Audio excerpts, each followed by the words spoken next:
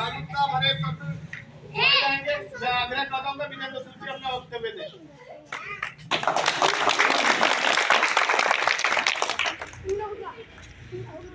बच्चों हमसे हटो, जाओ बाहर खेलो।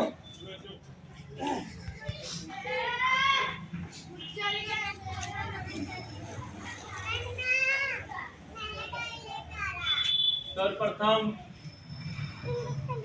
करुणा के सागर, विश्व रत्न विश्वविख्यात, इस देश के प्रथम कानून मंत्री, महिलाओं को आजादी का जीवन देने वाले परम पूज्य बाबा साहब जी के चरणों में श्रद्धा के सुमन अर्पित करते हुए और आज ग्राम पावती के अंदर जो भीम आर्मी की मीटिंग आयोजित की जा रही है, उस मीटिंग में आए मेरे नौजवान साथी, मेरे पिता तुल्य, मेरे हम उम्र और जिनके माध्यम से कार्यक्रम आयोजित किया गया है, मैं उन सभी साथियों को दिल की गहराई से धन्यवाद करते हुए सभी को मैं क्रांतिकारी जय भीम, जय गुरुप्रसाद, नवोदय, जय वंदे। साथियों, हमारे जिला संगठन मंत्री पंकज साथी ने काफी कुछ बताने का काम किया, लेकिन मैं आपको बताना चाहता हूं साथियों, आपने देखा उस भारत देश के अंदर जो इस समाज के ऊपर शोषण पे शोषण किया जा रहा है, इस समाज को आर्थिक रूप से कमजोर किया जा रहा है, इस समाज पर बेहद अत्याचार किया जा रहा है। अगर उस अत्याचार के खिलाफ कोई आवाज उठा रहा है इस भारत देश के अंदर, तो भीम आर्मी के चीफ बड़े भाई चंद्रशेखर आजाद जी हैं। मैं आपको बताना चाहता हूं, हाथरस के अंदर वह की घटना हम नहीं भूले जहां बहन मनीषा वाल्मीकि की आबरू को नोचा जाता है, और फिर इसी उत्तर प्रदेश की सरकार उन दोषियों को बचाने के लिए 24-24 गांव की पंचायत करते हैं। ये हमें समझना पड़ेगा, हमारा कौन है और हमारा पराया कौन है, हमें समझना पड़ेगा। क्योंकि हाथरस के अंदर जहां पर धारा 144 लगा दी गई थी, वहां 4 आदमी एकजुट नहीं इकट्ठे हो सकते थे, लेकिन इस सरकार के इशारों पर दोषियों को बचाने के लिए 24 गांव की पंचायत की जाती है। ये हमें सोचने चाहिए। जब इस देश के अंदर हमारे ही, क्योंकि हर वर्ग की बेटी हमारी बेटी, जब दिल्ली के अंदर एक हमारी बहन के साथ रेप जैसी घटना घटित होती है, तो भारत की बेटी कहलाती है। हम लोगों ने भी इसकी लड़ाई को लड़ा, और जब बहन मनीषा वाल्मीकि का आपको नोचा जाता है, तो वो दलित की बेटी हो जाती है। तो फर्क ये है, आज भी हम लोगों को अछूत समझते हैं, क्षुद्र समझते हैं, और हम लोगों के प्रति उन लोगों के मन में आज भी द्वेष भावना है। तो मैं बताना चाहता हूँ, वो द्वेष भावना राजस्थान जैसे राज्य के अंदर हमारा नौजवान साथी अगर घोड़ी रख लेता है, तो उसे घोड़ी रखने पे गोली मार दी जाती है। अगर हमारा कोई नौजवान साथी शौक में मूछें रख लेता है, तो उसे मूछ रखने पे मार दिया जाता है। अगर हमारी बहन बेटी की आबरू को सरेआम नोचा जाता है, तो केवल उसके खिलाफ अगर कोई आवाज उठाता है, तो भीम आर्मी के लोग, भीम आर्मी के चीफ चंद्रशेखर आजाद जी, आपने देखा होगा कानपुर के अंदर अंबेडकर जी का बोर्ड लगा रहे थे, और जब वहां बोर्ड लगा रहे थे तो पुलिस के द्वारा फायरिंग की गई और हमारे एक नौजवान साथी की हत्या की गई पुलिस के द्वारा।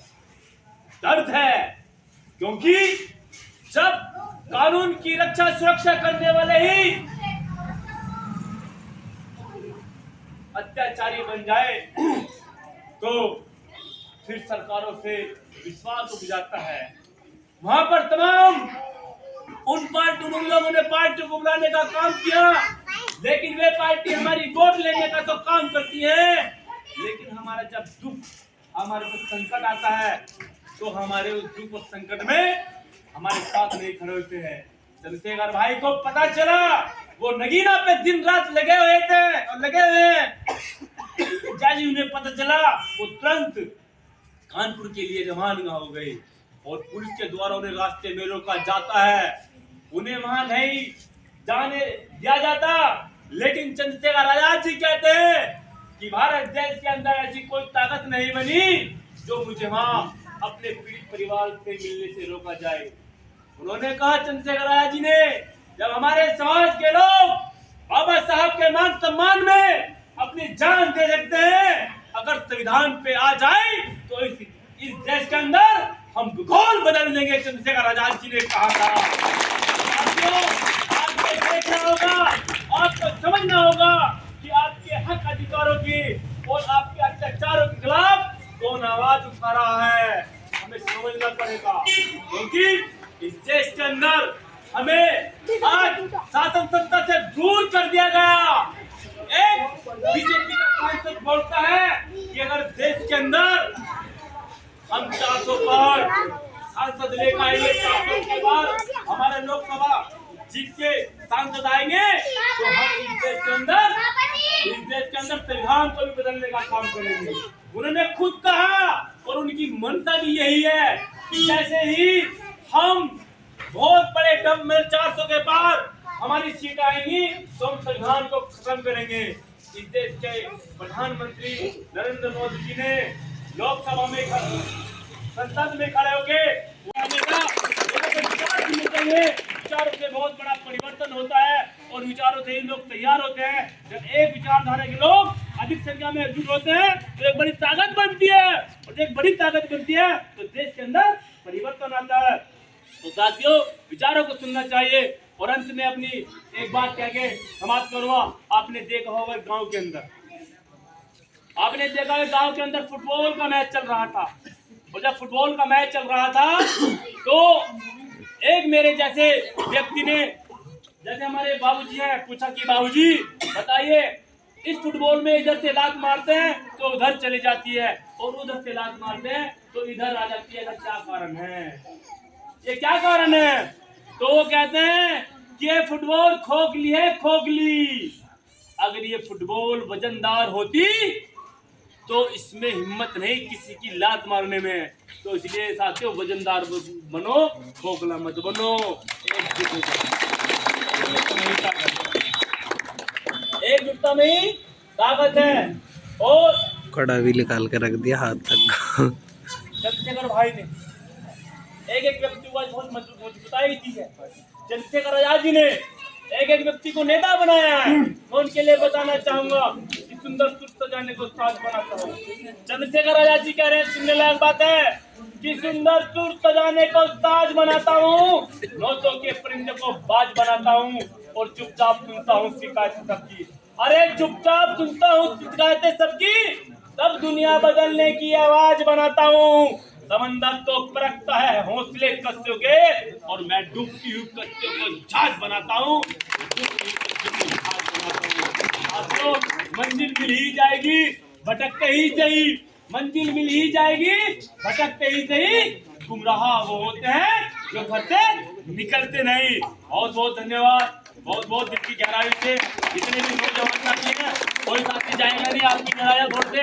और हमारे जो अंतराम जी हैं, ये अपनी बात को क्या कहे इस कार्यक्रम का समापन करेंगे और मेरे और सभी साथियों आगे आ जाएंगे।